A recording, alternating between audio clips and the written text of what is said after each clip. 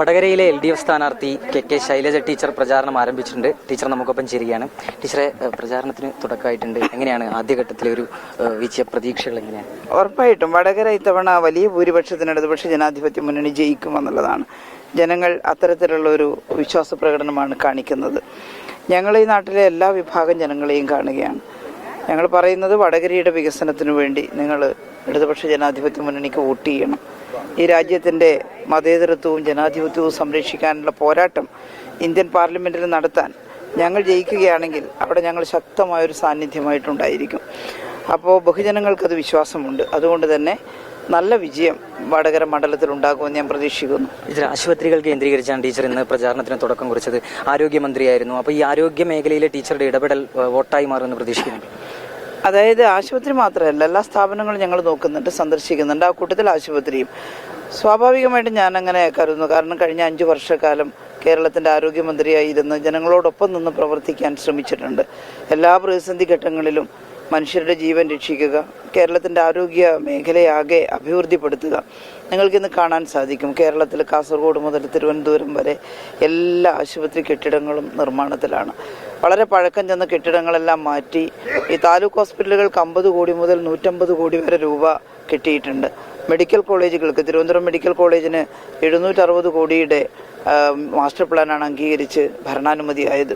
Kottayam medical കോളേജിന്, എല്ലാ medical കോളേജുകൾക്കും വലിയ സ്പെഷ്യാലിറ്റി ബ്ലോക്കുകളും വലിയ ഇമേജിംഗ് സെൻ്ററുകളും ഒക്കെ നിർമ്മിച്ചുകൊണ്ടിരിക്കുക. അപ്പോൾ ഇത് ജനങ്ങളുടെ കൺമുമ്പിൽ കാണുന്ന സാക്ഷ്യമാണ്. ചെറിയ പ്രൈമറി ഹെൽത്ത് സെൻ്ററുകൾ കുടുംബാരോഗ്യ കേന്ദ്രങ്ങളായി മാറി. വൈകുന്നേരം വരെ OP ഇട്ടു. അതെല്ലാം ജനങ്ങൾ അനുഭവിക്കുന്ന കാര്യങ്ങളാണ്. അല്ലാതെ ഞങ്ങൾ അത് ചെയ്യും ഇത് ചെയ്യുന്നു പറയുകയല്ല, കൃത്യമായി ചെയ്തു കഴിഞ്ഞിട്ടുള്ള കാര്യങ്ങളാണ്. അത് ഇനിയും കുറേ ചെയ്യാൻ ബാക്കിയുണ്ട്. ഈ ഗവൺമെൻറ് തുടരുന്നു. ഇടതുപക്ഷ ജനാധിപത്യ മുന്നണിയുടെ കേരളത്തിൽ അത് തുടർന്ന് നടത്തിക്കൊണ്ടിരിക്കുകയാണ്. ഇതൊരു ഇടതുപക്ഷത്തിന്റെ കോട്ടയായിരുന്നു. പിന്നീട് ഇത് UDF-ലേക്ക് ഈ ഒരു സീറ്റ് പോകുന്നു. കെ മുരളീധരൻ കഴിഞ്ഞ തവണ വിജയിക്കുന്നു. എങ്ങനെയായിരിക്കും ഇത്തവണത്തിൽ അതിനെ മറികടക്കാനുള്ള, പ്രത്യേകിച്ച് TP വധം അടക്കം ഇവിടെ ചർച്ചയാകുന്നതാണ് കോൺഗ്രസ് അടക്കം. ഇതിലെ പാർലമെന്റ് തെരഞ്ഞെടുപ്പിൽ ചിലപ്പോൾ കേന്ദ്രത്തിൽ കോൺഗ്രസ് വന്നേക്കും എന്നൊരു ധാരണയിൽ ചിലപ്പോൾ വോട്ട് രേഖപ്പെടുത്താറുണ്ട്. അങ്ങനെയാണ് ചിലപ്പോൾ പാർലമെന്റ് തെരഞ്ഞെടുപ്പിൽ കോൺഗ്രസിന് പാർലമെന്റ് മണ്ഡലങ്ങൾ കിട്ടുന്നത്. എന്നാൽ കഴിഞ്ഞ തവണ വോട്ട് രേഖപ്പെടുത്തിയ ജനങ്ങൾ തികച്ചും നിരാശരാണ്.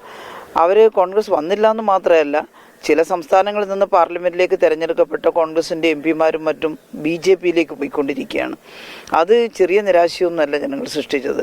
ഞങ്ങൾ പറയുന്നത്, ഞങ്ങൾ ഇവിടെ കേരളത്തിൽ നിന്ന് 20 ഇടതുപക്ഷ ജനാധിപത്യ മുന്നണി സ്ഥാനാർത്ഥികൾ ജയിക്കുകയാണെങ്കിൽ വളരെ ശക്തമായിട്ടുള്ളൊരു മതേതര സാന്നിധ്യമായിട്ട് ഞങ്ങൾക്ക് പാർലമെന്റിൽ ശബ്ദമുയർത്താൻ പറ്റും.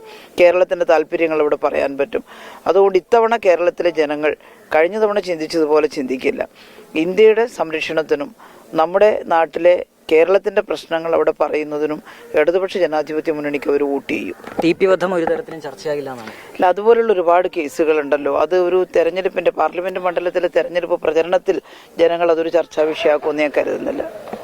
ഏതായാലും മണ്ഡലത്തിൽ വിജയപ്രതീക്ഷയിലാണ് LDF സ്ഥാനാർത്ഥി കെ ശൈലജ ടീച്ചർ. പേരാമ്പ്രയിൽ നിന്ന് ക്യാമറമാൻ പ്രവീൺ ധർമ്മശാലയ്ക്കൊപ്പം അഭിജിത്ത് മുഴക്കുന്ന്, 24.